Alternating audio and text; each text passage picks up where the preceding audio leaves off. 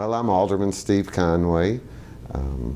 I was raised in the Shaw neighborhood, and I raised a family here in the neighborhood.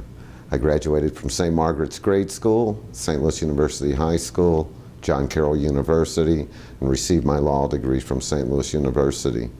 Besides being your alderman at City Hall and your voice for many, many issues, I'm also the chairman of the Ways and Means Committee, which is also known as the Budget Committee for the City of St. Louis.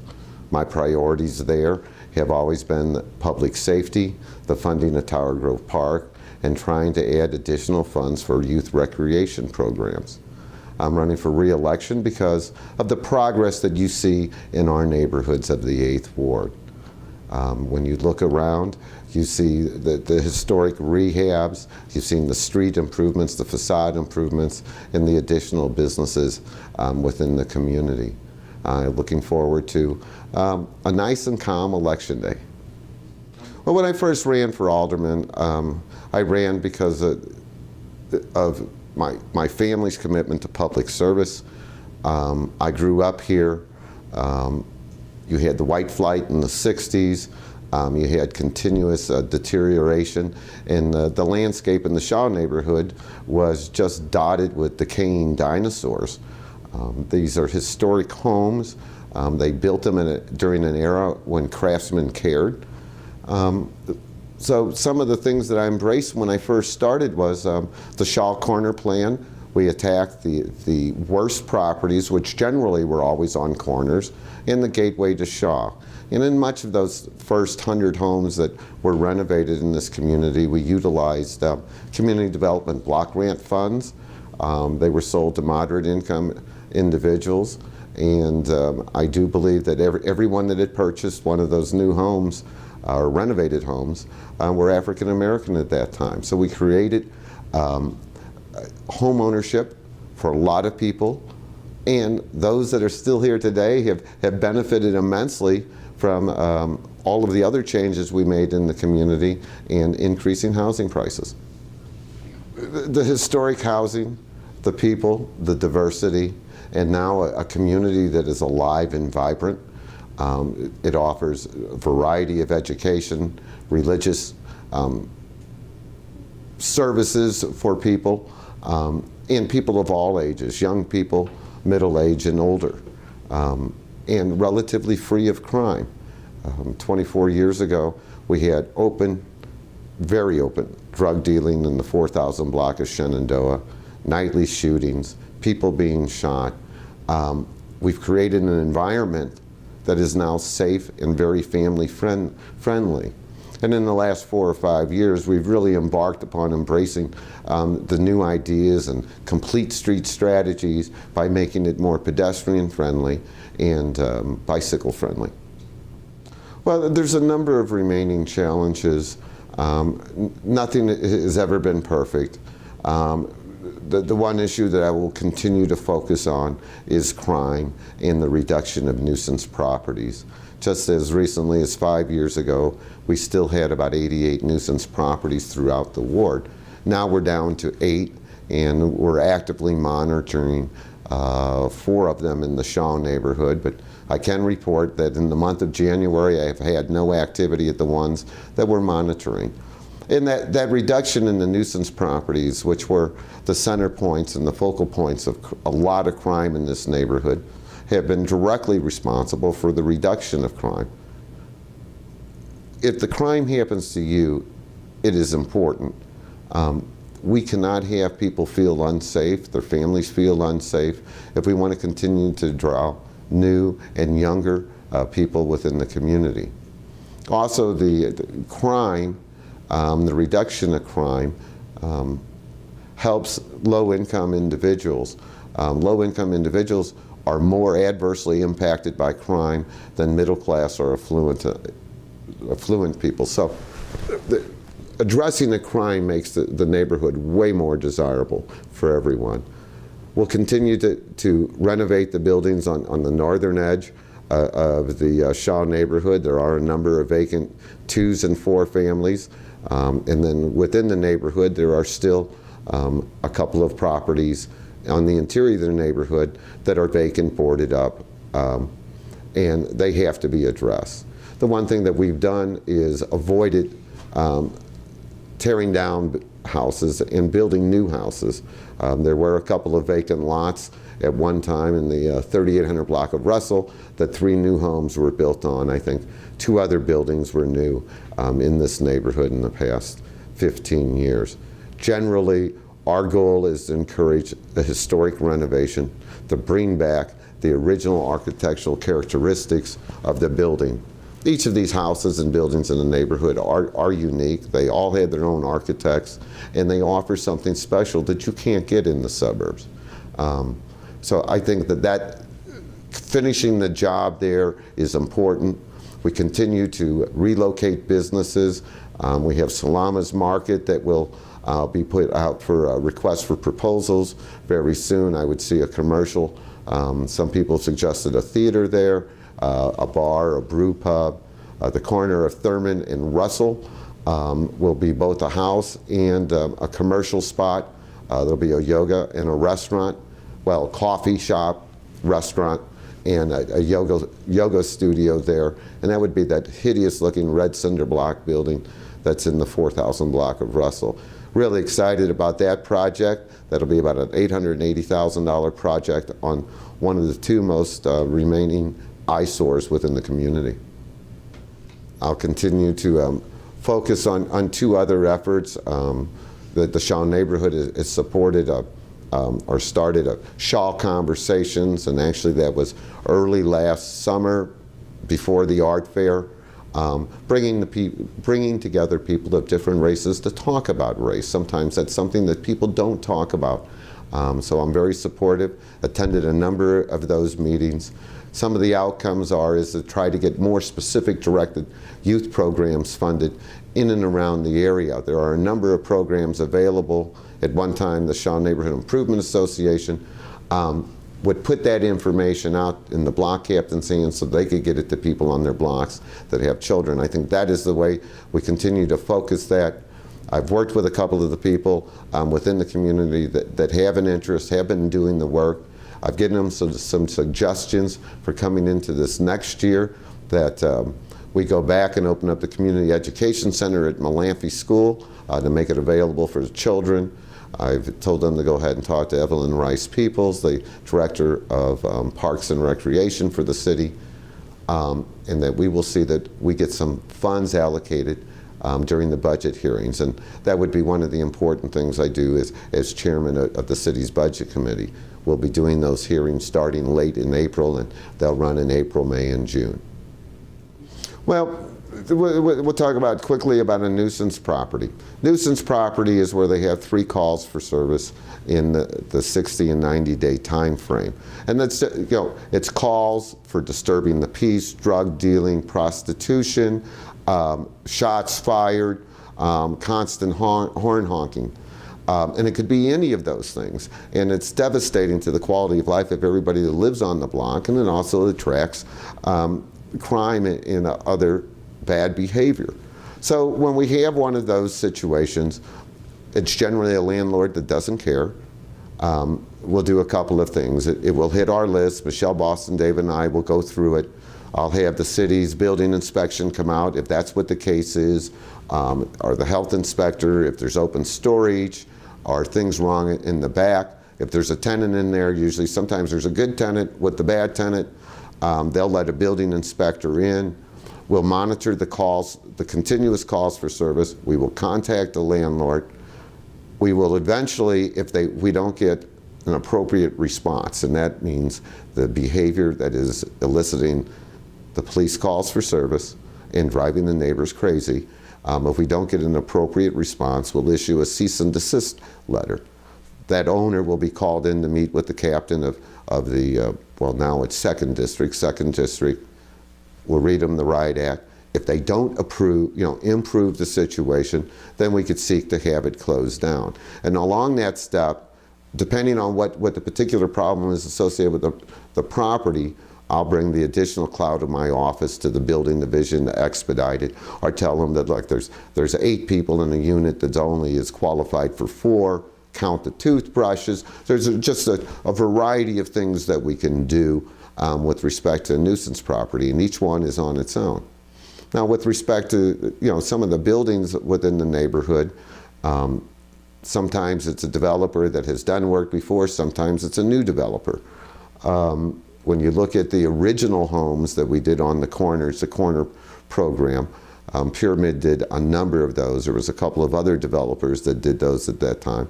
We would work with them, go through their projections, their costs, how much of a subsidy the city would offer to make that a moderate income house. And many of those homes that we were selling at that point in time were somewhere from $100,000 to $120,000 maximum, because that was the qualification guideline. Some of the early ones, the Missouri Housing Development Commission had lent an inordinate amount of money to my predecessors and people in the neighborhood to buy vacant buildings and just mothball them. We had to do quite a bit of work. With some of the more recent developers, and even a lot of people that are moving in are younger and they're doing the work themselves that we work with. We do instruct them that they can qualify for the Missouri Historic Tax Credit if they do certain things. We give them the names of people that will do that work.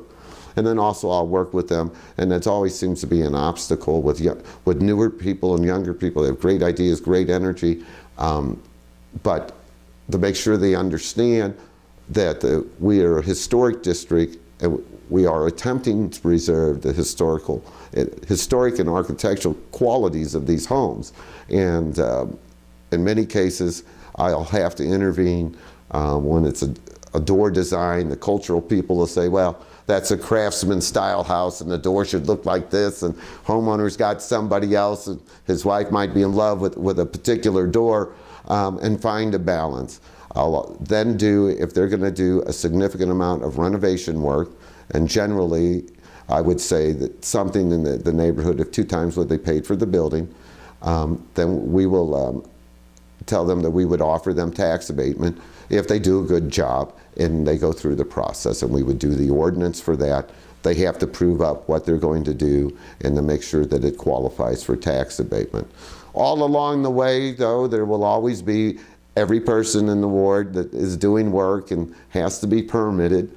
They will always have disagreements or disputes with my building inspectors, and so on any project I could be called upon to bear upon the city or listen to a sob story many, many times. But in the end, we end up with a quality project, and that's what's important to us. Well, on a community standpoint, I attend services at almost all of the churches, all of the neighborhood meetings. I attend block unit meetings, in particular when they have an issue that is pressing, whether or not it's a nuisance property or that the sound box up at the Jack-in-the-Box is too loud. I will go, I would address it. Generally, Michelle Boston David would come with me. We would figure out a strategy to address their problem and get back to the neighbors and make them feel reassured that as the city, we've done what we can. In many cases, I can offer valuable insight. On some of the other community meetings and community groups, people give us suggestions, they ask for our input. How can the city help? Can we make this more bike friendly? Can we put in bike racks? Can we encourage this type of development? In the Shaw neighborhood, they'd like to put up new banners in the neighborhood, and then we'll make a commitment to help have the city pay for some of the banners. As a community, what we really embrace is the diversity, whether it's age or income, race, religion.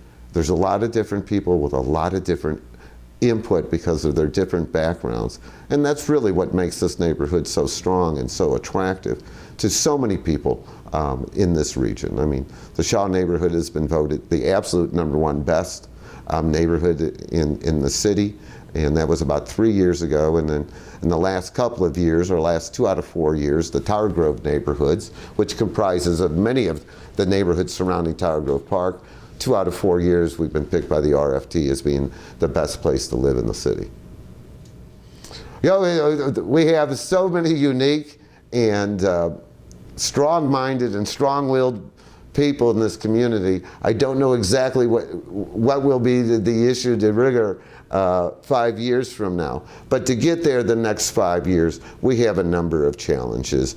I would say anything north of Flora Place, we have to go back and tighten up those blocks, take care of the vacant buildings there. On Detante, we are still waiting for construction of new housing, probably open up the underpass at Thurman and Detante, which we just recently improved at the suggestion of a couple of groups. It looks 100 times better over there, 100 times safer, because now the underpass is lit again. There's new ballards there. That we want to open up that part of the neighborhood to the rest of the neighborhood. And many people in the Shaw neighborhood do not think of Detante. They don't drive up and down Detante because it's not technically the main thoroughfare street. During this period of time, we'll have on Tower Grove Avenue a single bike lane put in. We'll narrow Tower Grove down to one lane each way with traffic. We worked really hard with the bicycle groups, and even as recently as a couple of weeks ago, working to educate both the bicyclists and the motorists all of the new sign language they see on the street on when they can go into the lanes and not go into the lanes. But we've managed to clear up a lot of the congestion there. So, and you'll see new housing. And then what you'll see is we focus on that part of our neighborhood from a bigger resource standpoint with the Housing Corporation, with help, which now covers both Southwest Garden and Tower Grove South. We'll start focusing, we will do what we call Shaw Boulevard road enhancements. And so it will significantly change the viability of that part of the neighborhood during the next 4 or 5 years. The other thing is you'll see that the completion of the projects along Shaw Boulevard. We were able to acquire the gas station at Clem and Shaw. We got that at tax sale. We've cleaned up, well, we've removed the gas tanks. We have not finished cleaning up the site. But that will undoubtedly be put out for requests for proposals. You'll see a new business there sometime in the next year or so, as soon as the ground is clean. Same thing with Salama's Market. We will have more and more neighborhood businesses, you know, reflective of what you've seen on Thurman and 39th Street with ICE's, which we helped quite a bit, and the station at Cleveland and Thurman. I mean, impressive. The old gas station is now just a phenomenal landmark in the neighborhood. Local businesses in there, plus you can pick up Monday night dinners, and I don't have their full menu down, but the food is very good. And same thing with ICE's and Restituo. We've helped a lot of businesses move into the neighborhood, and in many cases overcome zoning issues, because one thing is within the Shaw neighborhood, years and years and years ago, before my time, basically everything was F local business. And if the building sits vacant for more than 12 months, it goes back in many cases to residential. So we've overcome a lot to help those businesses in, but they're thriving. We support those businesses the best we can. We had to form a new housing corporation. The city was defunding all of the housing corporations, and with Alderwoman Florida and myself, we co-founded the new Tower Grove Neighborhoods Community Development Corporation, which Sean Spencer was the director of St. Margaret's. He's now the director there. The city and the federal government said, you can't have all of these small housing corporations. We want you to operate more efficiently. Well, of all of the housing corporations in the city, only 2 of them ended up getting funded.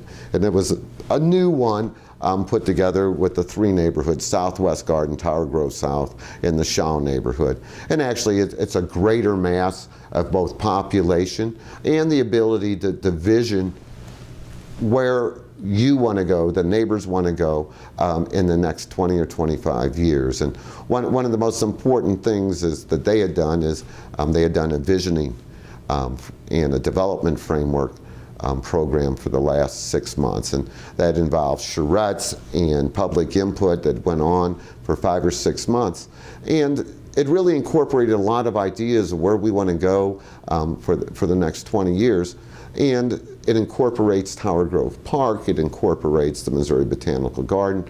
Even though Tower Grove East is not within that, is not part of that housing corporation, all of the amenities are the same, and much of what we've put together is applicable to them.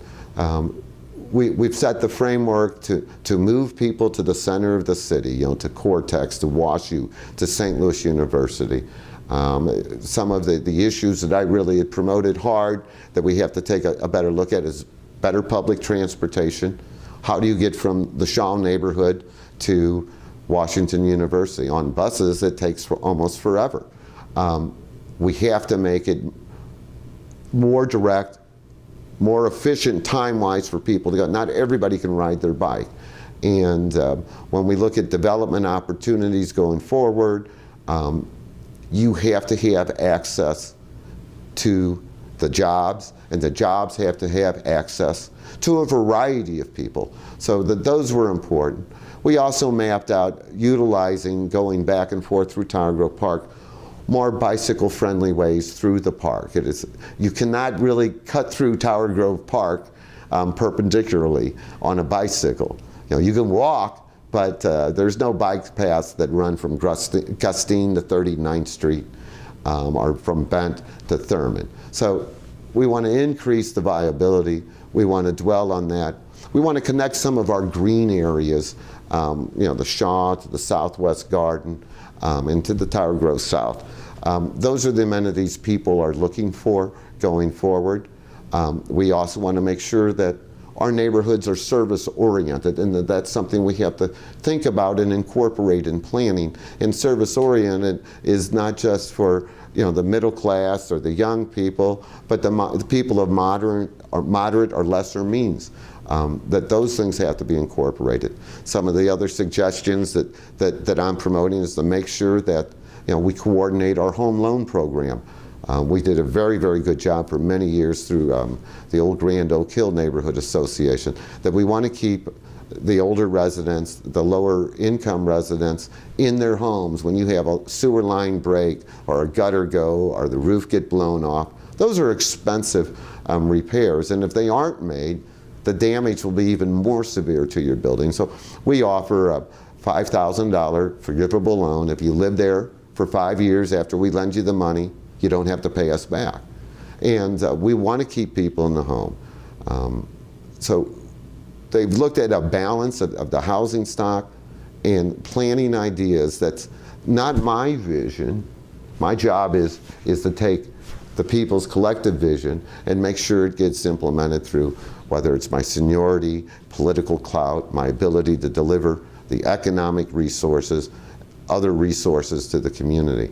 The Housing Corporation, it will be phenomenal because now we'll be able, since it represents 28,000 people, that it has clout among the bankers, the Danforth Foundation, the institutions, to make a difference in people's lives. So we feel really, really good that we made the right decision, and it wasn't easy.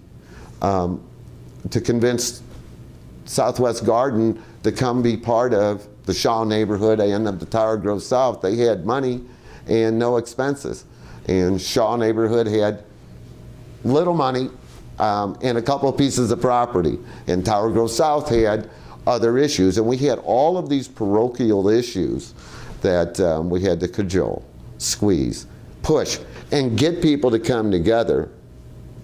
And if you ask them today, once we put the boards together and you start looking at the projects now that we're getting with a greater perspective and a greater impact on this whole region or this part of the area, all of the people from the other neighborhoods are ecstatic about what we've already been able to accomplish so far. So I'm really proud of that effort, putting that together and making sure that the city continues to fund it. The city has always had amenities that you don't have in St. Louis County. Look at the housing stock, the diversity of the housing stock, the diversity of the people. Look at the closeness we have to the amenities of the region. You've got the Fox, you've got the Muni, you've got the Arch, you've got the Cardinals, you've got the Art Museum. You're in the middle, 44, 55, 70, 40. We're in the center of the region. And we're so close to all of the amenities, whether it's the arts or the sports, the Grove, South Grand Business District. If you want to live a full and vibrant life, why not live where it is? That's what attracts these people. And many of the things that we've done over the years opens these people's eyes.